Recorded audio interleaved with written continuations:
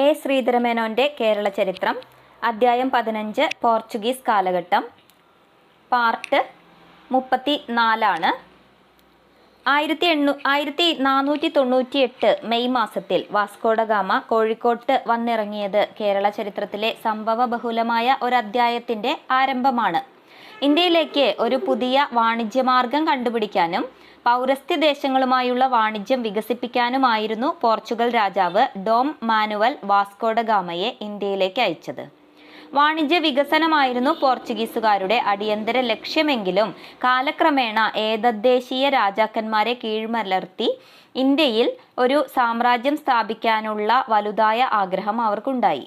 സാമൂതിരി ഒരു ഭാഗത്തും കൊച്ചി രാജാവും കോലത്തിരിയും മറ്റ് ചെറുകിട നാടുവാഴികളും മറുഭാഗത്തുമായി തമ്മിൽ നടന്നുകൊണ്ടിരുന്ന രൂക്ഷമായ മത്സരം ഒരു ഹ്രസ്വകാലത്തേക്കെങ്കിലും പോർച്ചുഗീസുകാരുടെ സ്വപ്നം സാക്ഷാത്കരിക്കാനുള്ള സാഹചര്യം അവർക്ക് ഒരുക്കിക്കൊടുത്തു. സാമൂതിരിയുടെ അധികാരത്തിന് കീഴിൽ കുഴങ്ങുകയായിരുന്ന കൊച്ചി രാജാവിന് തൻ്റെ പരമ്പരാഗതനായ ശത്രുവിനെ സുശക്തമായ ഒരു രാഷ്ട്രീയ പ്രതിരോധം പടുത്തുയർത്താൻ പോർച്ചുഗീസുകാരുടെ ആഗമനം സുവർണ അവസരം നൽകി. കോഴിക്കോട്ട് വെച്ച് സാമൂതിരിയിൽ നിന്ന് പോർച്ചുഗീസുകാർക്ക് ലഭിച്ച സ്നേഹശൂന്യമായ സ്വീകരണവും കപ്പിത്താന്മാർക്കുണ്ടായ അസുഖകരമായ അനുഭവങ്ങളും അവരെ കൊച്ചി രാജാവിനോട് അടുപ്പിച്ചു. കൊച്ചിയും പോർച്ചുഗീസുകാരും തമ്മിൽ ഒരു പ്രതിരോധ ആക്രമണ സഖ്യം ഉണ്ടാക്കുകയും ചെയ്തു. തുടർന്നുണ്ടായ സമരത്തിൽ സാമൂതിരി പോർച്ചുഗീസ് ആക്രമണത്തിനെതിരായി കേരള സ്വാതന്ത്ര്യത്തിൻ്റെ സംരക്ഷകനെന്ന നിലയിലേക്ക് ഉയർന്നു. കൊച്ചി രാജാവാകട്ടെ പോർച്ചുഗീസുകാരുടെ ആക്രമണങ്ങൾക്കെല്ലാം പങ്കാളിയായും തീർന്നു. സാമൂതിരിയോട് തലമുറയായുണ്ടായിരുന്ന വൈര്യം മനസ്സിൽ വെച്ചുകൊണ്ട് കോലത്തിരിയും പോർച്ചുഗീസുകാരെ സഹായിച്ചു. എന്നാൽ അദ്ദേഹം അവർക്കെതിരായി ഉറച്ച നില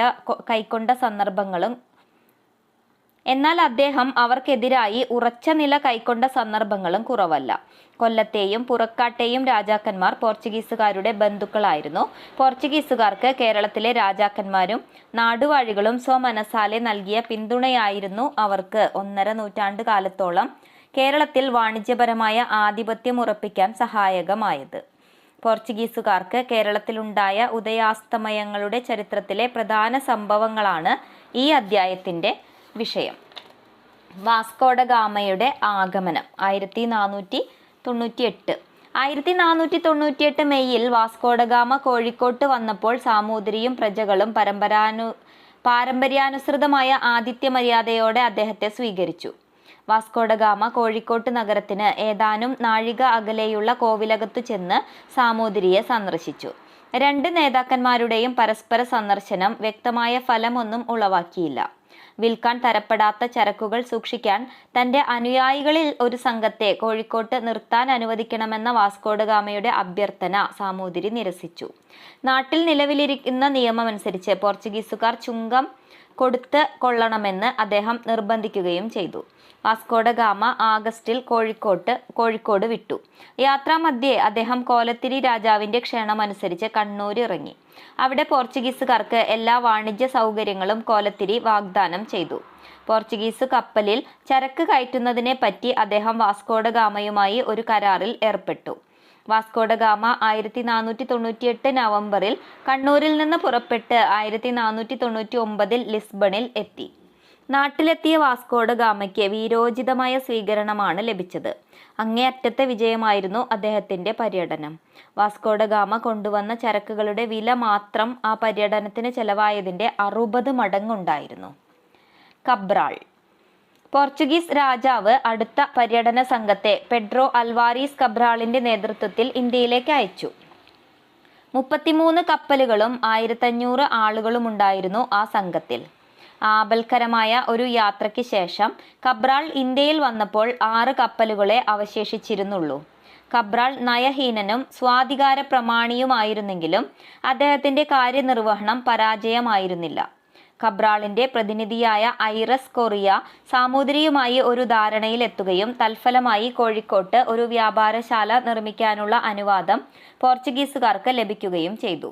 എന്നാൽ കോഴിക്കോട്ടുണ്ടായിരുന്ന അറബികളും പോർച്ചുഗീസുകാരും തമ്മിൽ നിലനിന്ന തീവ്ര മത്സരം പോർച്ചുഗീസുകാരും കോഴിക്കോടും തമ്മിലുള്ള ബന്ധുത്വത്തിൽ ഒരു പ്രതിസന്ധി ഘട്ടം സൃഷ്ടിച്ചു. കോഴിക്കോട്ട് തുറമുഖത്തുണ്ടായിരുന്ന ഒട്ടേറെ അറബി കപ്പലുകളെ പോർച്ചുഗീസുകാർ പിടിച്ചെടുക്കുകയും കപ്പൽ ജോലിക്കാരെ കൂട്ടത്തോടെ കൊല്ലുകയും ചെയ്തു. പോർച്ചുഗീസുകാരുടെ കരുതിക്കൂട്ടിയുള്ള ഈ നീച പ്രവൃത്തി നാട്ടുകാരെ അരിശം കൊള്ളിച്ചു. കോപാകുലരായ ജനങ്ങൾ പോർച്ചുഗീസുകാരുടെ വ്യാപാരശാല നശിപ്പിക്കുകയും കരയ്ക്കുണ്ടായിരുന്ന പോർച്ചുഗീസുകാരിൽ പകുതിയിലധികം പേരെ വധിക്കുകയും ചെയ്തു. സംഭ്രാന്തനായ കബ്രാൾ കോഴിക്കോട്ട് നിന്ന് കൊച്ചിയിലേക്ക് കപ്പൽ കയറി. 1500 ഡിസംബറിലെ ക്രിസ്തുമസ് ദിനത്തിൽ കൊച്ചിയിലെത്തിയ പോർച്ചുഗീസ് കപ്പിത്താനെ കൊച്ചി രാജാവ് സന്തോഷപൂർവ്വം സ്വീകരിച്ചു. കൊച്ചിയിൽ കച്ചവടം നടത്താനുള്ള എല്ലാ സൗകര്യങ്ങളും അദ്ദേഹം പോർച്ചുഗീസുകാർക്ക് ചെയ്തു കൊടുത്തു. അവർക്ക് കൊച്ചിയിൽ ഒരു വ്യാപാരശാല നിർമ്മിക്കാൻ അനുവാദം നൽകിക്കൊണ്ട് കൊച്ചി രാജാവ് ഒരു ഉടമ്പടിയിൽ ഏർപ്പെട്ടു.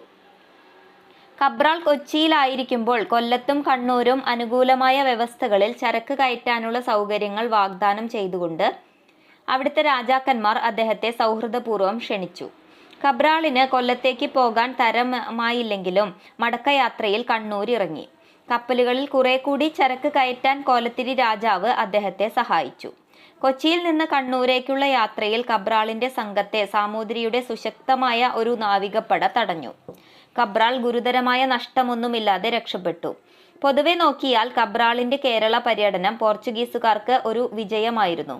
ആ പര്യടനത്തിന്റെ ഫലമായി അവർക്ക് കൊച്ചി രാജാവിന്റെ ബന്ധുത്വവും കേരളക്കരയിലെ തങ്ങളുടെ വാണിജ്യപരവും രാഷ്ട്രീയപരവുമായ താൽപ്പര്യങ്ങൾ സംരക്ഷിക്കാൻ സഹായകമാം വിധം നല്ല ഒരു തുറമുഖം പ്രയോജനപ്പെടുത്താനുള്ള സൗകര്യവും ലഭിച്ചു. കബ്രാൾ നാട്ടിൽ തിരിച്ചെത്തുന്നതിനു മുൻപ് തന്നെ ജവോഡോ നോവായുടെ നേതൃത്വത്തിൽ മൂന്നാമതൊരു പര്യടന സംഘം ഇന്ത്യയിലേക്ക് തിരിച്ചു കഴിഞ്ഞിരുന്നു. നോവയ്ക്ക് സാമൂതിരിയുടെ ശത്രുഭാവത്തെക്കുറിച്ച് നേരത്തെ അറിയാമായിരുന്നതുകൊണ്ട് അദ്ദേഹം കോഴിക്കോട്ട് ഇറങ്ങാതെ കൊച്ചിയിലും കണ്ണൂരും മാത്രമേ കപ്പലടുപ്പിച്ചുള്ളൂ. ചരക്ക് കയറ്റുന്നതിൽ അവിടങ്ങളിലെ രാജാക്കന്മാർ എല്ലാ സഹായങ്ങളും ചെയ്തു കൊടുത്തു. വാസ്കോഡഗാമയുടെ രണ്ടാമത്തെ വരവ്. സാമൂതിരിക്ക് പോർച്ചുഗീസുകാരോടുണ്ടായ വിരോധത്തെക്കുറിച്ചും കോഴിക്കോടിന്റെ കപ്പൽപ്പടയെ എതിരിടുന്നതിൽ കബ്രാളിനുണ്ടായ പരാജയത്തെക്കുറിച്ചും വിവരം ലഭിക്കുകയാൽ ക്ഷുബ്ധനായ ഡോം മാനുവൽ 15 കപ്പലുകളും 800 ആളുകളുമുള്ള മറ്റൊരു സംഘത്തെ വാസ്കോഡഗാമയുടെ തന്നെ നേതൃത്വത്തിൽ 1502 ഫെബ്രുവരിയിൽ ഇന്ത്യയിലേക്ക് അയച്ചു. വാസ്കോഡഗാമയുടെ കപ്പലുകൾ ഇപ്രാവശ്യം അഞ്ചി ദ്വീപിലാണ് അടുത്തത്. എന്നിട്ട് ഇന്ത്യൻ സമുദ്രത്തിൽ അവരുടെ കണ്ണിൽപ്പെട്ട എല്ലാ അറബിക് കപ്പലുകളെയും പിടിച്ചെടുക്കാൻ തുടങ്ങി. വാസ്കോഡഗാമ കണ്ണൂർ സന്ദർശിച്ചപ്പോൾ കോലത്തിരി അദ്ദേഹത്തെ ആദരപൂർവ്വം സ്വീകരിച്ചു. കൊച്ചിയിലെ വിലയ്ക്ക് കുരുമുളകും മറ്റ് ചരക്കുകളും കണ്ണൂർ തുറമുഖത്ത് പോർച്ചുഗീസുകാർക്ക് വിറ്റുകൊള്ളാമെന്ന് അദ്ദേഹം സമ്മതിക്കുകയുണ്ടായി. അനന്തരം വാസ്കോഡഗാമ കോഴിക്കോട്ടേക്ക് യാത്ര തിരിച്ചു. അദ്ദേഹം സാമൂതിരിയെ സന്ദർശിച്ച് കോഴിക്കോട്ട് നഗരത്തിൽ നിന്ന് എല്ലാ മുസ്ലിങ്ങളെയും പറഞ്ഞയക്കണമെന്ന് ആവശ്യപ്പെട്ടു. സ്വാഭാവികമായും സാമൂതിരി അത് നിരസിച്ചു. തുടർന്ന് പോർച്ചുഗീസുകാർ കോഴിക്കോട് നഗരം ആക്രമിക്കുകയുണ്ടായി. തുറമുഖത്ത് കിടന്നിരുന്ന അരിക്കപ്പലുകൾ അവർ പിടിച്ചെടുക്കുകയും കപ്പൽ ജോലിക്കാരുടെ കൈയും കാതും മൂക്കും ഛേദിച്ച് അവരോട് മൃഗീയമായി പെരുമാറുകയും ചെയ്തു. അതിനുശേഷം വാസ്കോഡഗാമ കൊച്ചിയിലേക്ക് പോന്നു. അദ്ദേഹം ഒരു പൊന്നിൻ കിരീടം ഉൾപ്പെടെ വളരെ വിലപ്പെട്ട പാരിതോഷികങ്ങൾ നൽകി കൊച്ചി രാജാവിനെ പ്രീണിപ്പിക്കുകയും രാജാവിന് അവമാനകരമായ ഒരു ഉടമ്പടിയിൽ അദ്ദേഹത്തെ കൊണ്ട് ഒപ്പുവെപ്പിക്കുകയും ചെയ്തു. കൊച്ചിയിൽ ഉണ്ടാകുന്ന കുരുമുളകും ഏലവും മറ്റ് ചരക്കുകളും പോർച്ചുഗീസ് കപ്പിത്താനും കൊച്ചി രാജാവും നിശ്ചയിക്കുന്ന വിലയ്ക്ക് പൊതുജനങ്ങൾ പോർച്ചുഗീസുകാർക്ക് കൊടുത്തുകൊള്ളണമെന്നായിരുന്നു ഉടമ്പടിയിലെ വ്യവസ്ഥ. കൊച്ചിയിൽ പോർച്ചുഗീസുകാർക്ക് ഇഷ്ടമുള്ളയിടത്തെല്ലാം വ്യാപാരശാലകളും സൈന്യ സങ്കേതങ്ങളും സ്ഥാപിക്കാനുള്ള നിരുപാധികമായ അവകാശവും ഈ ഉടമ്പടി മൂലം അവർക്ക് കിട്ടി. വാസ്കോഡഗാമ കൊച്ചിയിൽ താമസിക്കുന്ന കാലത്ത് കൊല്ലത്ത് നിന്ന് വീണ്ടും ക്ഷണമുണ്ടായി. കൊച്ചി രാജാവിന്റെ അംഗീകാരത്തോടെ വാസ്കോഡഗാമ ആ ക്ഷണം സ്വീകരിച്ചു. 2 പോർച്ചുഗീസ് കപ്പലുകൾ കൊല്ലത്തെത്തി കുരുമുളകും നിറച്ച് കൊച്ചിയിലേക്ക് പോന്നു. ഇതിനിടയ്ക്ക് കൊച്ചിയും കോഴിക്കോടും തമ്മിൽ ഒരു വലിയ സായുധ സംഘട്ടനത്തിനുള്ള കളമൊരുങ്ങിക്കഴിഞ്ഞു. വാസ്കോഡഗാമ താൻ ശേഖരിച്ച ഭീമമായ ചരക്കുമായി തിടുക്കത്തിൽ കൊച്ചി വിട്ടു. സാമൂതിരിക്കെതിരെ സഹായത്തിനു വേണ്ടിയുള്ള കൊച്ചി രാജാവിന്റെ അഭ്യർത്ഥനകൾ അദ്ദേഹത്തിന്റെ മനസ്സ് മാറ്റിയില്ല. മടക്കയാത്രയിൽ വാസ്കോഡഗാമയ്ക്ക് സാമൂതിരിയുടെ നാവിക സൈന്യത്തെ നേരിടേണ്ടി വന്നു. പക്ഷേ പറയത്തക്ക നാശമൊന്നും സംഭവിക്കാതെ അദ്ദേഹം കപ്പലോടിച്ചു പോയി. കോഴിക്കോടും കൊച്ചിയും തമ്മിലുണ്ടായ യുദ്ധം. ഈ കാലഘട്ടത്തിൽ സാമൂതിരി കേരളത്തിലെ പോർച്ചുഗീസ് വികസന ശക്തിക്കെതിരായുള്ള സമരത്തിന്റെ നേതാവായി തീർന്നു. തന്റെ സാമന്തനായ കൊച്ചി രാജാവിനും പോർച്ചുഗീസുകാർക്കും തമ്മിൽ വളർന്നു വന്ന സൗഹൃദ ബന്ധം അദ്ദേഹത്തെ വ്യാകുലനാക്കി. ഒരു വിദേശ ശക്തിയുമായുള്ള സൗഹൃദ സുഹൃത്ത് ബന്ധത്തിനാണോ കോഴിക്കോടുമായുള്ള മൈത്രിക്കാണോ കൊച്ചി രാജാവ് മുൻഗണന നൽകുന്നതെന്ന് അസന്നിഗ്ധമായി അറിയിക്കാൻ ആവശ്യപ്പെട്ടുകൊണ്ട് സാമൂതിരി കൊച്ചി രാജാവിന് ഒരു സന്ദേശം എത്തിച്ചു. കൊച്ചിയിൽ നിന്ന് എല്ലാ പോർച്ചുഗീസുകാരെയും പറഞ്ഞയക്കണമെന്നും അതിൽ ആവശ്യപ്പെട്ടിരുന്നു. പോർച്ചുഗീസുകാരുടെ സംരക്ഷണത്തിൽ സ്വന്തം രാജ്യത്തിന്റെ സമുജ്വല ഭാവി സ്വപ്നം കണ്ടുകൊണ്ടിരുന്ന കൊച്ചി രാജാവ് സാമൂതിരിയുടെ നിർദ്ദേശം തള്ളിക്കളഞ്ഞു. 1503 മാർച്ച് 1-ാം തീയതി കോഴിക്കോട് സൈന്യം കൊച്ചിയിലേക്ക് നീങ്ങി. ലോറൻസോ മൊറീനോയുടെ കീഴിൽ പോർച്ചുഗീസുകാർ സഹായിച്ച കൊച്ചി സൈന്യങ്ങൾ അവരുടെ ഇടപ്പള്ളി കോട്ട വീരോചിതമായി പ്രതിരോധിച്ചു. കരവഴിക്കും കടൽ വഴിക്കും ദ്വിമുഖാക്രമണം നടത്തിയ സാമൂതിരി സൈന്യത്തിന്റെ ഭാരിച്ച സമ്മർദ്ദത്താൽ കൊച്ചി സൈന്യം പിന്മാറാൻ നിർബന്ധിതമായി. ആളിലും അർത്ഥത്തിലും അവരുടെ നഷ്ടം വമ്പിച്ചതായിരുന്നു. കൊച്ചിയിലെ 3 രാജാക്കന്മാർ ആ യുദ്ധത്തിൽ മരിച്ചു. കൊച്ചി രാജാവ് എളങ്ങുന്നപ്പുഴ ക്ഷേത്രത്തിലെ സങ്കേതത്തിൽ അഭയം തേടി. മഴക്കാലമായപ്പോൾ ഓണം കഴിഞ്ഞ് ആക്രമണം പുനരാരംഭിക്കാമെന്ന നിശ്ചയത്തോടെ സാമൂതിരി കോഴിക്കോട്ടേക്ക് മടങ്ങി. സുശക്തമായ ഒരു സൈന്യ വിഭാഗത്തെ കൊച്ചിയിൽ നിർത്തിയിട്ടാണ് അദ്ദേഹം പോയത്. 1503 സെപ്റ്റംബറിൽ ഫ്രാൻസിസ്കോ അൽബുക്കർക്കിന്റെ കീഴിൽ ഒരു പോർച്ചുഗീസ് നാവിക വിഭാഗം കൊച്ചിയിലെത്തി. അത് ഡ്വാർട്ടെ പച്ചിക്കോവിന്റെ കപ്പലുമായി വൈപ്പിൻ കരയിൽ വെച്ച് സന്ധിച്ചു. അവിടെ വളയപ്പെട്ടിരുന്ന കൊച്ചി സൈന്യം ഈ പോഷക സേനയെ സ്വാഗതം ചെയ്തു. കൊച്ചിയിൽ താവളമടിച്ചിരുന്ന കോഴിക്കോട്ട് സൈന്യം അമ്പരന്ന് പിൻവാങ്ങി. പോർച്ചുഗീസുകാർ വിജയപൂർവ്വം കൊച്ചി രാജാവിനെ കൊച്ചിയിൽ കൊണ്ടുവന്ന് സിംഹാസനത്തിൽ പുനഃപ്രതിഷ്ഠിച്ചു. പോർച്ചുഗീസ് പട്ടാളം വിജയലഹരിയിൽ ഇടപ്പള്ളി രാജാവിന്റെ ദേശങ്ങൾ കൊള്ളയടിക്കുകയും ഒട്ടേറെ ഗ്രാമങ്ങൾ കൊള്ളിവെക്കുകയും നിരായുധരായ സാമാന്യ ജനങ്ങളെ കണ്ടമാനം കൊന്നൊടുക്കുകയും ചെയ്തു. കൃതജ്ഞതാബദ്ധനായ കൊച്ചി രാജാവ് പോർച്ചുഗീസുകാർക്ക് അവരുടെ വ്യാപാരശാലയുടെ സംരക്ഷണത്തിന് കൊച്ചിയിൽ ഒരു കോട്ട കെട്ടാൻ അനുവാദം നൽകി. 1503 സെപ്റ്റംബർ 27-ാം തീയതി അടിസ്ഥാനക്കല്ലിട്ട ഈ കോട്ടയാണ് ഇന്ത്യയിൽ യൂറോപ്യന്മാർ നിർമ്മിച്ച ഒന്നാമത്തെ കോട്ട. പോർച്ചുഗീസ് രാജാവിന്റെ ബഹുമതിക്കു വേണ്ടി മാനുവൽ കോട്ട, ഫോർട്ട് മാനുവൽ എന്ന് അതിന് പേരിട്ടു.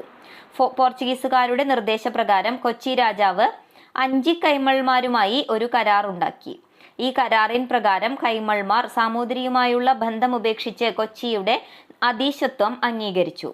സാമൂതിരി കൊച്ചി രാജാവിനോടും അദ്ദേഹത്തിന്റെ പോർച്ചുഗീസ് ബന്ധുക്കളോടും യുദ്ധം ചെയ്യാൻ തിരക്കിട്ട സജ്ജീകരണങ്ങൾ നടത്തുകയായിരുന്നു.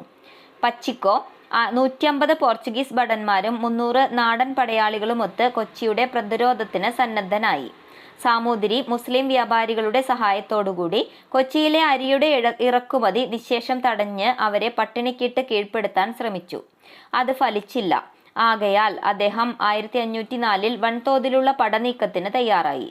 4000 നാവികന്മാരുടെ കീഴിൽ പ്രവർത്തിക്കുന്ന 250 കപ്പലുകളും ഏറാൾപ്പാടിന്റെയും ഇടപ്പള്ളി രാജാവിന്റെയും കീഴിൽ 60,000 പേരടങ്ങുന്ന കാലാൾപ്പടയും അദ്ദേഹത്തിനുണ്ടായിരുന്നു. കുമ്പളത്തു നിന്ന് പള്ളുരുത്തിയിലേക്കുള്ള കടത്ത് കടന്ന് കൊച്ചിയെ ആക്രമിക്കാനുള്ള സാമൂതിരിയുടെ ശ്രമം പച്ചിക്കോവിന്റെ സന്ദർഭോചിതമായ പ്രവർത്തനം കൊണ്ട് സഫലമായില്ല. കോഴിക്കോട്ട് സൈന്യത്തിൽ പടവെട്ടി 19,000 പേരും വിഷൂചിക പിടിപെട്ട്. കോഴിക്കോട്ട് സൈന്യത്തിൽ പടവെട്ടി 19,000 പേരും വിഷൂചിക പിടിപെട്ട് 13,000 പേരും മരിച്ചു. 5 മാസം നീണ്ടുനിന്ന ദീർഘമായ ഒരാക്രമണത്തിന് ശേഷം പിൻവാങ്ങാൻ സാമൂതിരി നിർബന്ധിതനായി. കൊച്ചിയിൽ അനുഭവപ്പെട്ട നാശം അദ്ദേഹത്തിന് കൊടുങ്ങല്ലൂരുമുണ്ടായി. 1504-ൽ പോർച്ചുഗീസുകാർ സാമൂതിരിയുടെ കയ്യിൽ നിന്ന് കൊടുങ്ങല്ലൂർ നഗരം പിടിച്ചെടുത്ത് അതിനു ചുറ്റും കോട്ടമതിൽ കെട്ടി. കൊടുങ്ങല്ലൂർ രാജാവ് കോഴിക്കോട്ടുമായുള്ള ബന്ധം അവസാനിപ്പിച്ച് പോർച്ചുഗീസുകാരുടെ സംരക്ഷണം സ്വീകരിച്ചു. പോർച്ചുഗീസുകാർ കൊടുങ്ങല്ലൂർ പിടിച്ചതോടെ അവർ കേരളത്തിലെ ഒന്നാമത്തെ യുദ്ധപരമ്പരയിൽ വിജയം നേടുകയാണ് ചെയ്തത്. അവരുമായി വാണിജ്യ താൽപ്പര്യങ്ങൾ ഇപ്പോൾ കൊച്ചിയിലും കൊടുങ്ങല്ലൂരും ദൃഢമായി ഉറപ്പിക്കപ്പെട്ടു. അൽമേഡ. ഈ ഘട്ടത്തിൽ പൗരസ്ത്യ ദേശങ്ങളിലെ പോർച്ചുഗീസ് താൽപ്പര്യങ്ങളുടെ ഭദ്രതയ്ക്ക് വേണ്ടി പരിപൂർണ അധികാരമുള്ള ഒരു രാജപ്രതിനിധിയെ നിയമിക്കാൻ പോർച്ചുഗീസ് രാജാവ് തീരുമാനിച്ചു. കിഴക്കൻ ദേശങ്ങളെ പോർച്ചുഗീസ് പ്രദേശങ്ങളുടെ ആദ്യത്തെ രാജപ്രതിനിധിയായി 1505-ൽ ഫ്രാൻസിസ്കോ അൽമേഡ നിയമിതനായി. അഞ്ചി ദ്വീപ്, കണ്ണൂർ, മലാക്ക, കൊച്ചി എന്നിവിടങ്ങളിലെ കോട്ടകൾ ബലപ്പെടുത്തുകയും പുതിയ കോട്ടകൾ നിർമ്മിക്കുകയുമായിരുന്നു അദ്ദേഹത്തിന്റെ പ്രധാന പരിപാടി. കണ്ണൂർ കോട്ടയ്ക്ക് സെന്റ് ആഞ്ചലോ കോട്ട, ഫോർട്ട് സെന്റ് ആഞ്ചലോ എന്ന് പേരിട്ടു. കേരളത്തിലെ പോർച്ചുഗീസ് അധിനിവേശ പ്രദേശങ്ങളുടെ പ്രബലീകരണം സാമൂതിരിയെ അസ്വസ്ഥനാക്കി. അദ്ദേഹം തുർക്കികളുടെയും അറബികളുടെയും നേതൃത്വത്തിൽ 200 കപ്പലുകൾ അടങ്ങുന്ന ഒരു നാവിക സൈന്യത്തെ പോർച്ചുഗീസുകാർക്കെതിരായി യുദ്ധത്തിനയച്ചു. അൽമേഡയുടെ മകൻ ലോറൻസോ 1506 മാർച്ച് 10 കണ്ണൂരിനടുത്ത് വെച്ച് സാമൂതിരിയുടെ ഈ നാവിക സൈന്യവുമായി ഏറ്റുമുട്ടുകയും അവർക്ക് വമ്പിച്ച നാശമുണ്ടാക്കുകയും ചെയ്തു. ഈ സന്ദർഭത്തിൽ കേരളത്തിലെ പോർച്ചുഗീസ് നയത്തിന്റെ യഥാർത്ഥ ലക്ഷ്യങ്ങളെക്കുറിച്ച് സാമൂതിരി കോലത്തിരിയെ പറഞ്ഞ് ബോധ്യമാക്കി. കണ്ണൂരെ മുസ്ലിം വ്യാപാരികളോട് മര്യാദയോടെ പെരുമാറണമെന്ന നിർദ്ദേശം പോർച്ചുഗീസുകാർ പലപ്പോഴും ലംഘിക്കാറുണ്ടായിരുന്നതുകൊണ്ട് നേരത്തെ തന്നെ അവരോട് അതൃപ്തിയുണ്ടായിരുന്ന കോലത്തിരി സാമൂതിരിയുടെ അഭിപ്രായങ്ങൾ അംഗീകരിക്കുകയും പോർച്ചുഗീസുകാർക്കെതിരായി ഒരു സംയുക്ത സമരത്തിന് സന്നദ്ധനാവുകയും ചെയ്തു. അദ്ദേഹത്തിന്റെ സൈന്യങ്ങൾ സെയിന്റ് ആഞ്ചലോ കോട്ട വളഞ്ഞു. ഈ ഉപരോധം 4 മാസം നീണ്ടുനിന്നു. പോർച്ചുഗീസ് പട്ടാളത്തിന് വളരെ ബുദ്ധിമുട്ടുകൾ ഉണ്ടായി. 11 കപ്പലുകളും 300 നാവികരുമുള്ള ഈ പോർച്ചുഗീസ് സൈന്യം ഡാ കുൻഹയുടെ നേതൃത്വത്തിൽ യൂറോപ്പിൽ നിന്ന് വന്നതോടെ കോട്ടയുടെ ഉപരോധം തകർക്കപ്പെട്ടു. കോലത്തിരി സമാധാനത്തിന് അപേക്ഷിക്കുകയും പോർച്ചുഗീസുകാർക്ക് അനുകൂലമായ വ്യവസ്ഥകൾ അംഗീകരിക്കുകയും ചെയ്തു. അനന്തരം പോർച്ചുഗീസുകാരുടെ ശ്രദ്ധ സാമൂതിരിയുടെ നാവിക സൈന്യത്തിന്റെ നേർക്കാണ് തിരിഞ്ഞത്. അവർ നടുക്കടലിൽ വെച്ച് അതിനെ തകർത്തു. ഇതിനിടയിൽ കോഴിക്കോട്ടെ മുസ്ലിം കച്ചവടക്കാരുടെ അഭ്യർത്ഥനയനുസരിച്ച് 1508 മിർ ഹുസൈന്റെ നേതൃത്വത്തിൽ ഈജിപ്തിൽ നിന്ന് ഒരു നാവികപ്പട അറബിക്കടലിൽ എത്തി. ചൗളിനടുത്ത് വെച്ച് നടന്ന യുദ്ധത്തിൽ പോർച്ചുഗീസുകാരെ തോൽപ്പിച്ചു. അവരുടെ സമുദ്ര മേധാവിത്വം തൽക്കാലം നഷ്ടമായി. ഏതായാലും 1509 പോർച്ചുഗീസുകാർ പകരം വീട്ടി. അവർ ഈജിപ്തുകാരുടെയും സാമൂതിരിയുടെയും സംയുക്ത നാവിക സൈന്യങ്ങളെ ആക്രമിച്ചതിന്റെ ഫലമായി ഈജിപ്തുകാർ രംഗത്ത് നിന്ന് പിന്മാറി. അങ്ങനെ ഇന്ത്യൻ കടലിന്റെ ആധിപത്യം വീണ്ടും പോർച്ചുഗീസുകാർക്കായി. 1509 അൽമേഡ ഇന്ത്യ വിട്ടു. തൽസ്ഥാനത്ത് അൽഫോൺസോ ഡി അൽബുക്കർക്ക് അവരോധിതനായി. അൽബുക്കർക്ക് മുൻഗാമികളെപ്പോലെ സമുദ്രത്തിൽ ആധിപത്യമുറപ്പിച്ച് പോർച്ചുഗീസുകാരുടെ വാണിജ്യം ഭദ്രമാക്കുക മാത്രമായിരുന്നില്ല അൽബുക്കർക്കിന്റെ ലക്ഷ്യം. നാടുകൾ വെട്ടിപ്പിടിച്ചും നയതന്ത്രം കൊണ്ട്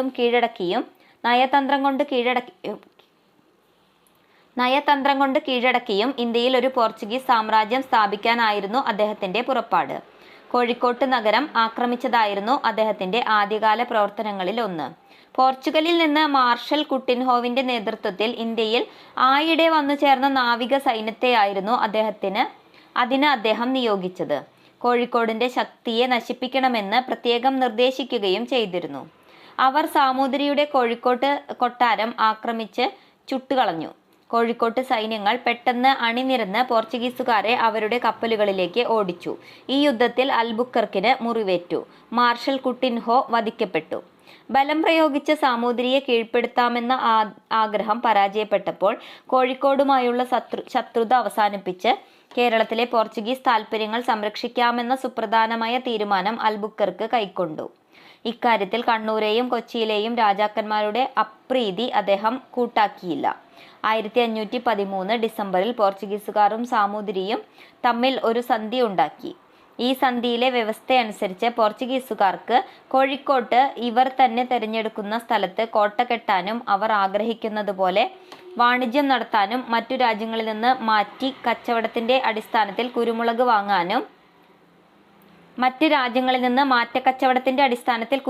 വാങ്ങാനും അനുവാദം നൽകപ്പെട്ടു. കുരുമുളകിന്റെ വില കൊച്ചിയിലെ നിരക്കിലായിരിക്കണമെന്നും തീരുമാനിച്ചു. കോഴിക്കോട്ടെ പോർച്ചുഗീസ് കോട്ട നശിപ്പിച്ചതുകൊണ്ട് അവർക്കുണ്ടായ നഷ്ടം നികത്താനും പോർച്ചുഗൽ രാജാവിന് ഒരു പാരിതോഷികം എന്ന നിലയ്ക്കും കോഴിക്കോട്ടെ ചുങ്കത്തിന്റെ ഒരു വിഹിതം പോർച്ചുഗീസുകാർക്ക് നൽകാമെന്ന് സാമൂതിരി സമ്മതിച്ചു. ഇതിന് പകരമായി കൊച്ചിക്കും കണ്ണൂരിനും എതിരായ യുദ്ധത്തിൽ സാമൂതിരിയെ സഹായിച്ചു കൊള്ളാമെന്ന് പോർച്ചുഗീസുകാർ ഉറപ്പുകൊടുത്തു. പോർച്ചുഗീസ് നയതന്ത്രജ്ഞതയുടെ ഒരു വിജയമായിരുന്നു 1513 സന്ധി. കൊച്ചി രാജാവ് പോർച്ചുഗീസ് രാജാവിന് അയച്ച ഒരു കുറിപ്പിൽ ഈ സന്ധിയിലുള്ള പ്രതിഷേധം രേഖപ്പെടുത്തി. പക്ഷെ പ്രയോജനമൊന്നും ഉണ്ടായില്ല. ഇന്ത്യയിലെ പോർച്ചുഗീസ് ഭരണത്തിന്റെ ആസ്ഥാനം കൊച്ചിയിൽ നിന്ന് ഗോവയിലേക്ക് മാറ്റാനുള്ള അൽബുക്കർക്കിന്റെ തീരുമാനവും കൊച്ചി രാജാവിനെ അസുഖപ്പെടുത്തി. അൽബുക്കർക്ക് പല ഭരണ പരിഷ്കാരങ്ങളും നടപ്പിലാക്കി. അദ്ദേഹം ഇന്ത്യക്കാരെ സ്വന്തം സൈന്യത്തിൽ ചേർത്ത് യൂറോപ്യൻ മാതൃകയിൽ അവർക്ക് പരിശീലനം നൽകി. ഈ സമ്പ്രദായം പിൽക്കാലത്ത് ക്ലൈവും ഡ്യൂപ്ലേയും അനുകരിക്കുകയുണ്ടായി. അദ്ദേഹം വിദ്യാലയങ്ങൾ സ്ഥാപിക്കുകയും പുതിയ നാണയങ്ങൾ നടപ്പിലാക്കുകയും സതി നിരോധിക്കുകയും ചെയ്തു. നീതി പരിപാലനം കർശനമാക്കി. അഴിമതിക്കാരായ പോർച്ചുഗീസ് ഉദ്യോഗസ്ഥന്മാർ നടത്തിയിരുന്ന സ്വകാര്യ വാണിജ്യം അദ്ദേഹം ഉന്മൂലനം ചെയ്തു. ഭാരതീയ സ്ത്രീകളെ വിവാഹം കഴിക്കാൻ അദ്ദേഹം പോർച്ചുഗീസ് ഉദ്യോഗസ്ഥന്മാരെ പ്രേരിപ്പിച്ചു. എല്ലാ അവകാശങ്ങളും നൽകി അവരെ കോട്ടയ്ക്കകത്ത് താമസിപ്പിക്കുകയും ചെയ്തു. വിശ്വാസപൂർവ്വം പോർച്ചുഗീസ് താൽപ്പര്യങ്ങൾ സംരക്ഷിക്കാൻ സന്നദ്ധതയുള്ള ഒരു പുതിയ ജനവർഗത്തെ സൃഷ്ടിക്കാമെന്ന് കരുതിയാണ് ഇങ്ങനെ സങ്കരവാസ സങ്കേതങ്ങൾ സ്ഥാപിക്കുന്ന നയം അൽബുക്കർക്ക് സ്വീകരിച്ചത്. അതിന് ഫലപ്രാപ്തി ഉണ്ടായില്ലെന്ന് മാത്രമല്ല, അത് പോർച്ചുഗീസുകാരുടെ പതനത്തിനുള്ള പ്രധാന കാരണങ്ങളിൽ ഒന്നായി തീരുകയും ചെയ്തു. ഈ നയം ഇങ്ങനെ പരാജയപ്പെട്ടെങ്കിലും അൽബുക്കർക്ക് പൗരസ്ത്യ ദേശത്തിലേക്ക് വന്ന ഏറ്റവും വിദഗ്ധനായ ഭരണാധികാരിയായിരുന്നു. അദ്ദേഹത്തിന്റെ സ്ഥാനത്ത് 1515 ലോപ്പോ സോറസ് നിയമിക്കപ്പെട്ടു. അൽബുക്കർക്ക് ഇന്ത്യയിൽ നിന്ന് മടങ്ങിപ്പോകുന്നതിന് മുൻപ് 1515 ഡിസംബറിൽ ഗോവയിൽ വെച്ച് അന്തരിച്ചു. അൽബുക്കർക്കിന്റെ അനന്തരഗാമികൾ. അൽബുക്കർക്കിന്റെ പിന്തുടർച്ചക്കാർ അശക്തന്മാരും അഴിമതിക്കാരുമായിരുന്നതുകൊണ്ട് അവർക്ക് കാര്യമായി ഒന്നും നേടാൻ കഴിഞ്ഞില്ല. ലോപ്പോ സോറസിന്റെ 1515-1518 കാലത്ത് സാമൂതിരിയെ വധിക്കാൻ ഒരു വിഫല ശ്രമം നടന്നു. രണ്ട് ശക്തികളും തമ്മിലുണ്ടായിരുന്ന ശത്രുത പുതിയ രൂപം കൈക്കൊള്ളുവാൻ ഇത് കാരണമായി. സോറസ് 1516 കൊല്ലം രാജ്ഞിയുമായി ഒരു ഉടമ്പടി ഉണ്ടാക്കി. ഇതിനനുസരിച്ച് പോർച്ചുഗീസുകാർക്ക് കൊച്ചിയിലെ നിരക്കിൽ കുരുമുളകും മറ്റ് ചരക്കുകളും കൊല്ലം തുറമുഖത്ത് കിട്ടി. അവർക്ക് അവിടെ ചുങ്കം കൊടുക്കേണ്ടി വന്നില്ല. സ്ഥലവാസികളായ ക്രിസ്ത്യാനികൾക്ക് അവർ ചില വിശേഷ ആനുകൂല്യങ്ങൾ നൽകി. ഡി സെക്യുറായുടെ കാലത്ത് 1518, 1522 കൊച്ചി രാജാവ് പോർച്ചുഗീസുകാരുടെ സഹായത്തോടുകൂടി കോഴിക്കോട് ആക്രമിക്കാൻ നിഷ്ഫലമായ ഒരു യത്നം നടത്തി. ഡുവാർട്ടെ ഡി മെനസസിന്റെ കാലത്ത് 1522, 1524 പോർച്ചുഗീസുകാരും സാമൂതിരിയുടെ മുസ്ലിം പ്രജകളും തമ്മിൽ തുറന്ന സംഘട്ടനങ്ങൾ നടന്നു. മാപ്പിളമാർ 10 പോർച്ചുഗീസ് കപ്പലുകൾ പിടിച്ചെടുക്കുകയും കൊച്ചി തുറമുഖം ആക്രമിക്കുകയും ചെയ്തു. അവർ കുട്ടിയാലി എന്ന സമർത്ഥനായ നേതാവിന്റെ കീഴിൽ കൊടുങ്ങല്ലൂരും ആക്രമിച്ചു. കോഴിക്കോട്ടുണ്ടായിരുന്ന പോർച്ചുഗീസ് നാവിക സൈന്യവും അവരുടെ കൊടിയ ആക്രമണത്തിന് ഇരയായി. ഡാർട്ടെ ഡി മെനസസ് കർത്തവ്യ നിർവഹണത്തിന് അപ്രാപ്തനാകയാൽ 1524 വാസ്കോഡ ഗാമ തന്നെ ഇന്ത്യയിലെ പോർച്ചുഗീസ് ഭരണാധികാരിയായി വീണ്ടും വന്നു. അദ്ദേഹം ഗോവയിൽ വന്ന മാത്രയിൽ ഡിസൂസായുടെ നേതൃത്വത്തിൽ ഒരു നാവികസേനയെ അയച്ച് കോഴിക്കോട്ട് വെച്ച് കുട്ടിയാലിയെ തോൽപ്പിച്ചു. കണ്ണൂർ രാജാവ് തന്റെ പ്രശസ്തന്മാരായ കപ്പിത്താന്മാരിൽ ഒരാളായ വലിയ ഹസനെ പോർച്ചുഗീസുകാർക്ക് വിട്ടുകൊടുക്കാൻ നിർബന്ധിതനായി. വാസ്കോഡ ഗാമ അദ്ദേഹത്തെ കണ്ണൂർ കോട്ടയിലെ നിലവറക്കുഴിയിലേക്ക് എറിഞ്ഞു. വാസ്കോഡ ഗാമയുടെ ഭരണം 3 മാസത്തേക്കേ നീണ്ടുനിന്നുള്ളൂ. 1526 ഡിസംബർ 24 കൊച്ചിയിൽ വെച്ച് അദ്ദേഹം മരിച്ചു. കൊച്ചി നഗരത്തിന്റെ ഇന്നത്തെ സെന്റ് ഫ്രാൻസിസ് പള്ളിയിലാണ് അദ്ദേഹത്തെ സംസ്കരിച്ചത്. വാസ്കോഡ ഗാമയ്ക്ക് ശേഷം ഹെൻറിക് ഡി മെനസിസ് 1524-1526 തൽസ്ഥാനത്ത് നിയമിതനായി. വലിയ ഹസനെ വധിക്കുകയായിരുന്നു അദ്ദേഹത്തിന്റെ ആദ്യത്തെ പ്രവൃത്തി. ഇത് പോർച്ചുഗീസുകാരും കോലത്തിരിയുമായുള്ള ബന്ധത്തെ വഷളാക്കി. മെനസസിന്റെ കാലത്ത് സമുദ്രാധിപത്യത്തിന് വേണ്ടി പോർച്ചുഗീസുകാരും സാമൂതിരിമാരും തമ്മിൽ കൊണ്ടുപിടിച്ച സമരം നടന്നു. സാമൂതിരിയുടെ നാവികസേനാ നായകന്മാരിൽ ഒരാളായിരുന്ന കുഞ്ഞാലിമാർ ഈ